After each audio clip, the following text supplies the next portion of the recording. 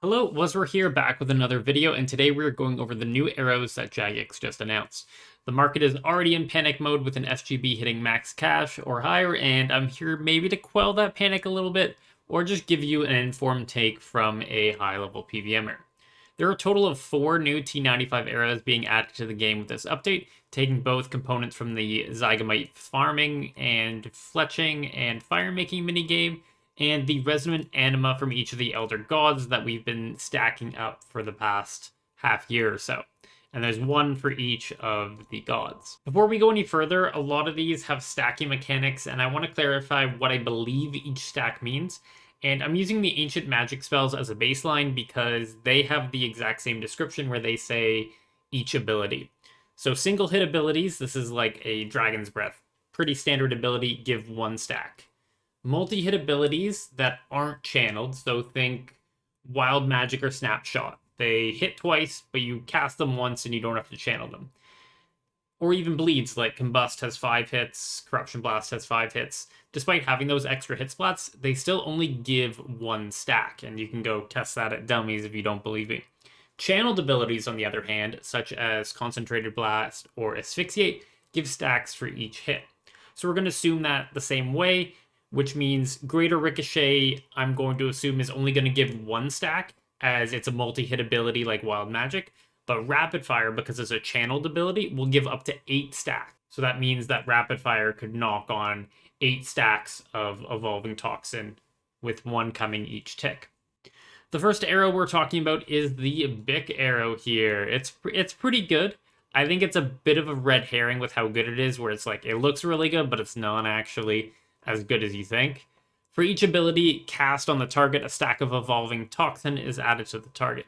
Each stack gives 2% more poison damage, up to a total of 200 stacks. That means if you're at 200 stacks, you're going to be hitting like 5Ks with your weapon poison once you have Cinder Banes and Quorums and all that put together. And if it hasn't been hit by a Bic Arrow ability for 30 seconds, the stacks will go down to 0.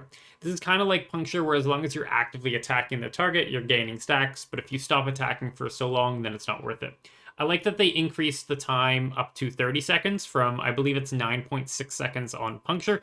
That means it gives a lot more leeway when dealing with mechanics to not lose your stacks, because I know even at Nex, when you go to kill the minions, you lose your Puncture stacks every single time, and it becomes a, why am I bothering adding all these stacks? This arrow sounds the most OP, and it sure is if you can reach those 200 stacks, but I think it's probably the least useful of the 4. It just takes too long to build up the stacks, and at the same time, it's too expensive, as it's going to cost a full 200 arrows total to get to that 200 stacks, because you lose 1 arrow per stack based on how they described it here.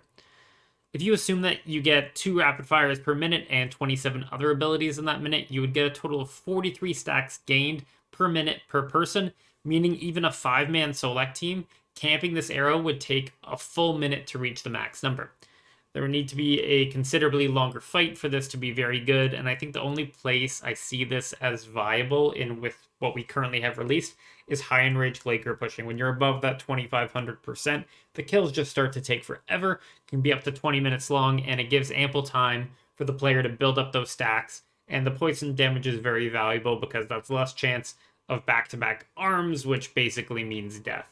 I'm hoping that the final boss in Elder Godware's dungeon, Zami, is long enough that you'll be able to build up stacks quick enough, and then only one person can be designated as the quote-unquote Bic bitch, which means they have to maintain the poison stacks for the whole team, and they just pop on their Bic Arrow once every 30 seconds to keep the damage up. It's a nice, fun little support role that I think has potential for future content. The second arrow is the Full Arrow. Now, this one is much simpler. It's just changing your stats. Abilities have 10% less hit chance, but deal 15% more damage. Auto attacks aren't affected by this. I want to point out the 10% less hit chance.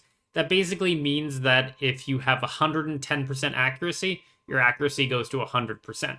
If you have 105% accuracy, your accuracy goes to 95%. So it's not like you're dealing 90% accuracy, it's a plus or minus on your accuracy stat. This is just a straight buff to damage at most bosses because they either have low enough defense where that 10% less hit chance isn't that big of a deal, or you debuff it with Hammer, Gothic Staff, Quake, to the point at which where the hit chance isn't a big deal. But the only places where that might come into play, your hit chance is Virago and AOD, where even debuffed, they aren't getting to that point where you have 110% hit chance with a Zerker's Aura. While these arrows are giving extra damage, they don't have any adrenaline generation to them, meaning it's going to be not as viable to camp them, as you're going to need the adrenaline from Hydrix backs to get off another Dark Bow.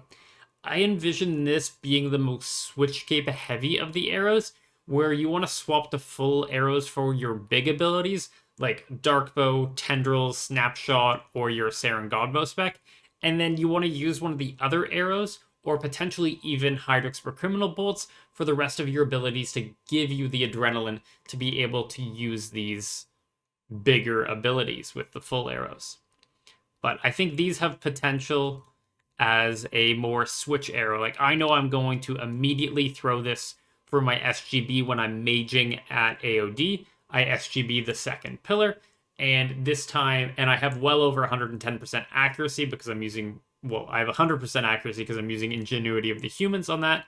So it's a flat 15% damage increase for me there. The third arrow is the When arrow. This one is my favorite. I think it's the coolest one of the four, and it has the most theory crafting behind it, and that's the part I love about this game. Every ability applies a stack of Icy Chill to the target for a max of 15 stacks. Thresholds and ultimate abilities consume these stacks and convert them to 0.6 seconds of Icy Precision per stack. Once Icy Precision is activated, it blocks the consumption of Icy Chill and causes threshold abilities to gain plus 2% damage and hit chance per stack consumed, and ultimate abilities gain 3% damage per stack, which is applied to the base damage. So that way Deadshot also gets the increase on that 3% damage per stack. How I understand it is that your target has a certain number of stacks, say for this example 10, then you use a threshold ability. This would convert it to 10 Icy Precision stacks, which gives you 6 seconds of 20% damage and plus 20% hit chance with your threshold abilities. At the same time, you're also getting 30% more damage with your ultimates. While this is going on, each ability you use are building up more Icy Chill stacks, and when those 6 seconds are running out, you might have gained 3 to 4 more stacks. So you trigger another threshold to give you 6 to 8% more damage and hit chance for the next 1.8 to 2.4 seconds, and it lets you cascade into multiple procs. These work really well with the full arrows, where you're going to want to be using basic abilities with the When arrows to help build up your stacks, and then you're probably going to want to use threshold abilities in your build phase with the full arrows so that you don't consume the stacks when they're at like 2 or 3. You want to wait till it gets up to 14 or 15 to get that longer time of buff and more damage. So I like the synergy between the full and When arrows. As a whole, I can't wait to use these arrows at Virago. I think it's going to be my main camp arrow there, with the odd Hydrix backbolt greater ricochet to get me more adrenaline. This is definitely one where you need to see in action and get a feel of to see how good it is. Can't really look at a spreadsheet and say, oh my god, this is going to be amazing. You need to see it in practical applications, and I'm excited to go do that, and I'm probably going to jump right into Virago right when that happens. The last arrow is the Jas arrow. It's another stat-based arrow, so no stacks to worry about, so it's a little easier to think about.